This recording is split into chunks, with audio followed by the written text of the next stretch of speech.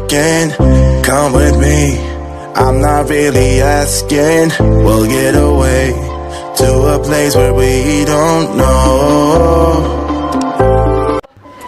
Hi mga kabeks! Welcome back sa ating channel. And I know it's been a long time since I am uploading vlogs. Since, ayun, wala na kaming internet connection and I was really busy for this past weeks kasi nga enrollment na at balik eskwela na naman. So, other than that, let's proceed to the most highlight of today's video, which is, we were gonna be having a review about this camera that I have bought online, which is named sjcam Sj4000 Air 4K Wi-Fi camera.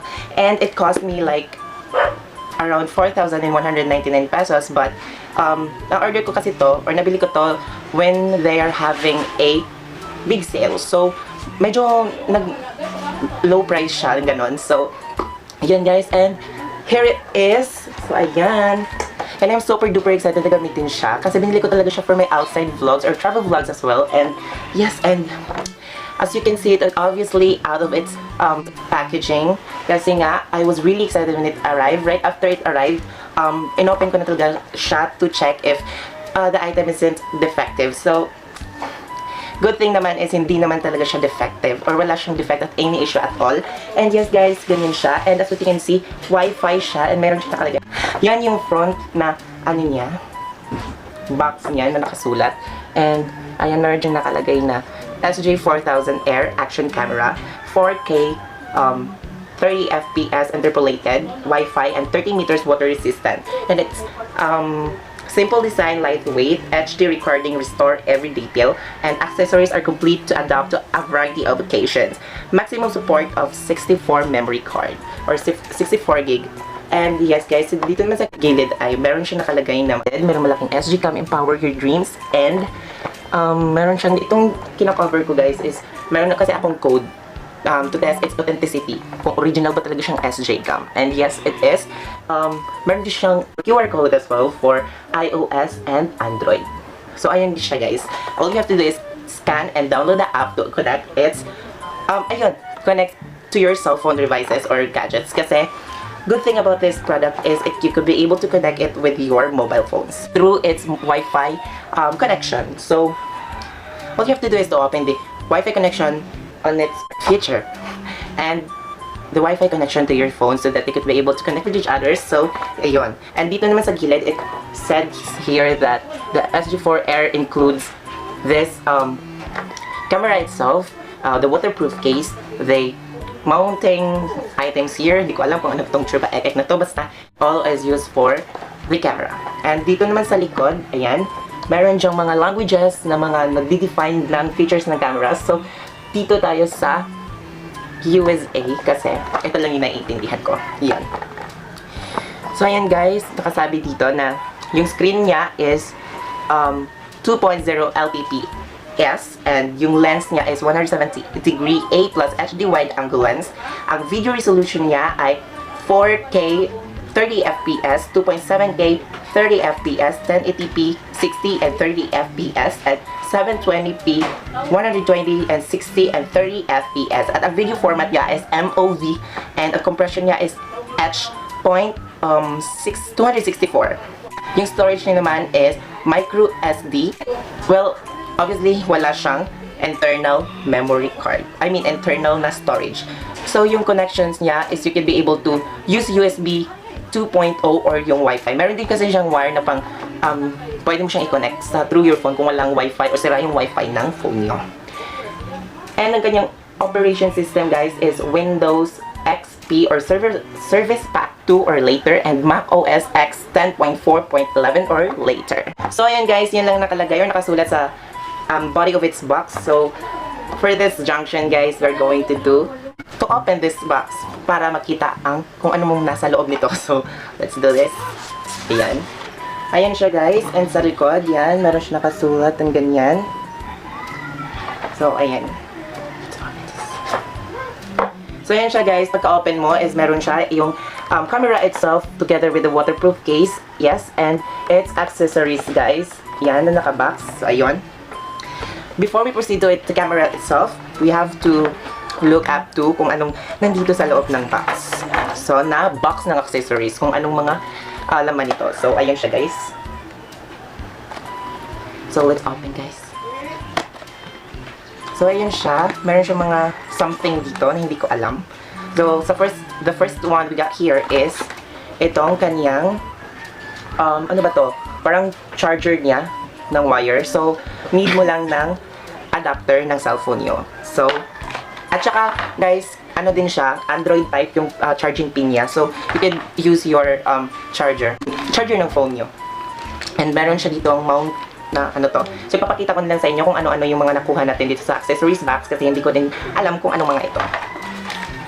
So, ayan. Ayan. For bicycle and everything. So, ayan siya, guys. Hindi ko alam kung ano-ano mga to. Ayan siya.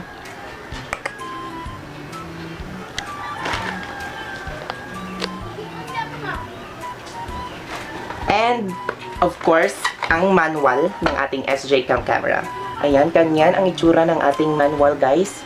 So, ayan, sa likod. And, yan. Yan siya, guys. So, and meron pa, guys, may pa-sticker ang sjcam. Ayan, we have 2 pieces of sticker under brands. Ayan. Yan ang kanyang itsura ng kanilang stickers. So, I can say legit siya. So, ilalagay ko dito ang screenshot ng aking isinerge na authenticity niya. So, ito. So guys, the only thing that we have here in the box is ang kanyang camera itself together with its waterproof case. So ayan siya, guys. As you can see, it's nakalagay dyan. Ayan siya. And let's open this. Hindi naman natin kailangan ng waterproof case dito kasi walang tubig. So ayan. So gagamitin mo lang siya when you're about to swim and you have to capture or you want to film what you're doing under the water. So ayun. And yan, guys, ganyan ang itsura niya sa harap. Meron dyan nakalagay na 4K Wi-Fi at dito yung brand niya is sjcam. And dito yung gilid is kanyang volume up and down and to open its Wi-Fi connection. And dito is yung OK button and dito is yung mood button or to open its camera. At dito yung screen. Ayan, to open this camera is you have to press the mood button ng long press. Ayan, magbo-blue siya at lalabas ang kanyang, ayan, as upon opening it, meron siya dito nakalagay na sjcam ng brand niya and it will stay for 5 seconds ata to open. It's talagang video na, yung mag-video ka na. So, ayan. Yan yung kanyang kuha talaga. Ayan. And yes, guys, I can say na maganda siya. And it's really expensive to look at. Ayan. And guys, i-off lang natin siya. Dito naman ang kanyang battery pack. And you really have to pull it off lang, like that, para ma-open ang ating ganyan. So, itong ating battery, ganyan ang itsura ng ating battery, guys. Ganyan siya, hindi ko alam kung nagbe-blurred ba, basta ganyan siya. Ayan, baliktad pala yung kanina, ganyan. So, guys, if you wanna know the video resolution, or the video quality that it can give us, this camera, and the audio test as well, just continue to watch because I am going to insert the some clips na nakuha ko dito sa ating sjcam and some pictures and some pictures that I captured with this camera. So, without further ado, look at it. So, hey guys, hey mga kabeks, dito ako ngayon sa bakanting lote dito sa may samin kasi I am about to test the video and the audio quality of it sjcam 4K Wi-Fi Sj4000 airs of mine.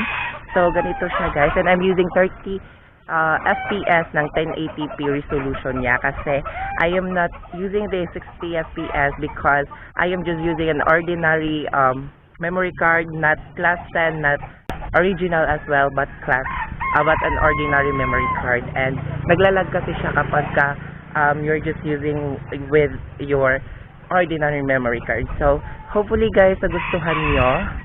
But then, guys, hindi naman nagkakalayon yung kuha ng 1080p 60 fps resolution at saka nitong 1080p 30 fps. Kaya nga lang, yung differences nun is konti lang talaga is yung stabilization niya. Mas stabilize yung 60 fps na 1080p.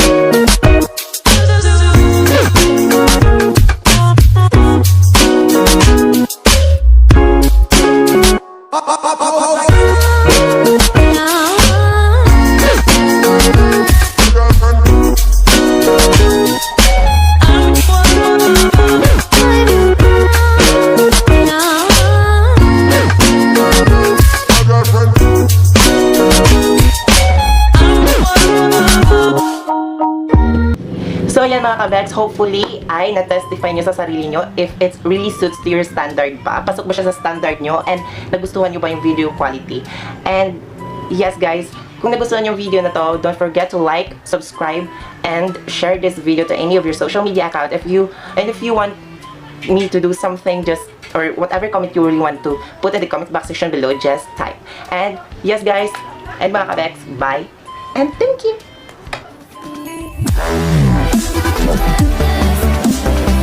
Wow.